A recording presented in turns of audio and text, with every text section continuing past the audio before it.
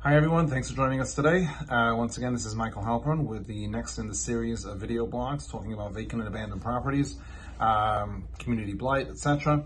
So I'm going to step a little bit out of my lane today, hopefully not too far, and talk about the CRA. What does CRA have to do with vacant and abandoned properties? Hopefully I'll connect the dots. Folks watching, I'm sure you're well aware of the CRA. I don't have to go into any detail, any elaboration on the CRA. I will give a little disclaimer and say that first and foremost, absolutely the intent of the CRA, the objectives of the CRA, I do not want to detract in any way, shape or form from that. That is always paramount. However, here's a thought. So we're in a little bit of a unique circumstance now. The CRA does not get updated very frequently, about every 20-25 years it seems. And we're in a situation now where it looks like it's going to be tweaked. The folks behind the CRA have been asked for some input on some CRA related matters. And when I saw that article, I guess, kind of reminded me of something that happened back in the day. I believe it was around 2010, at the height of the foreclosure crisis, and some conversations that I had, and next thing you know, the Federal Reserve Bank of Cleveland issued a document with some recommendations to address the CRA.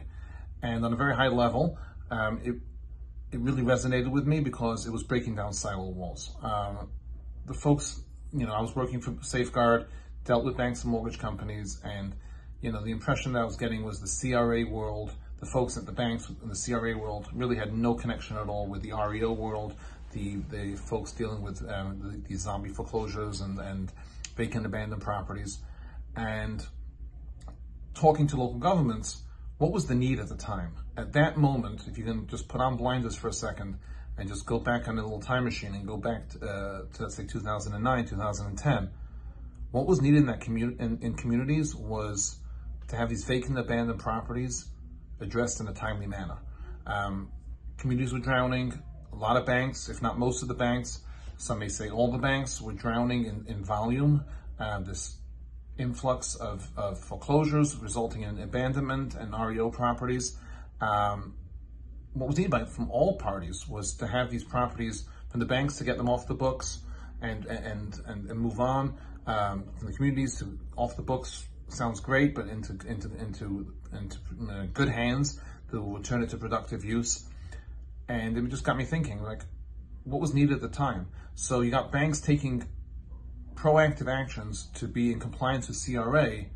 Well, maybe take a step back from some of that may not be needed at that moment and supplement it with other activities. So you have Bank A in a community that is fully compliant with all the CRA requirements that may not be needed at that moment, but yet had 20, 30, 50 zombie properties that were dragging down property values and all the stuff that goes along with that. So I bring it up because that document from 2010 is still around. I can gladly share it with anybody. Please reach out to me at mhalpern@munireg.com and I'll gladly share it with you. What would I advocate for, if I could advocate, in this little soapbox that I have right now, is that there should be flexibility. I know when you're talking about federal legislation, you can't expect flexibility. But, if the time arises, and there should be this option that communities can have to utilize the CRA for what's in their best interest. And it really would be a win-win solution. So again, first and foremost, the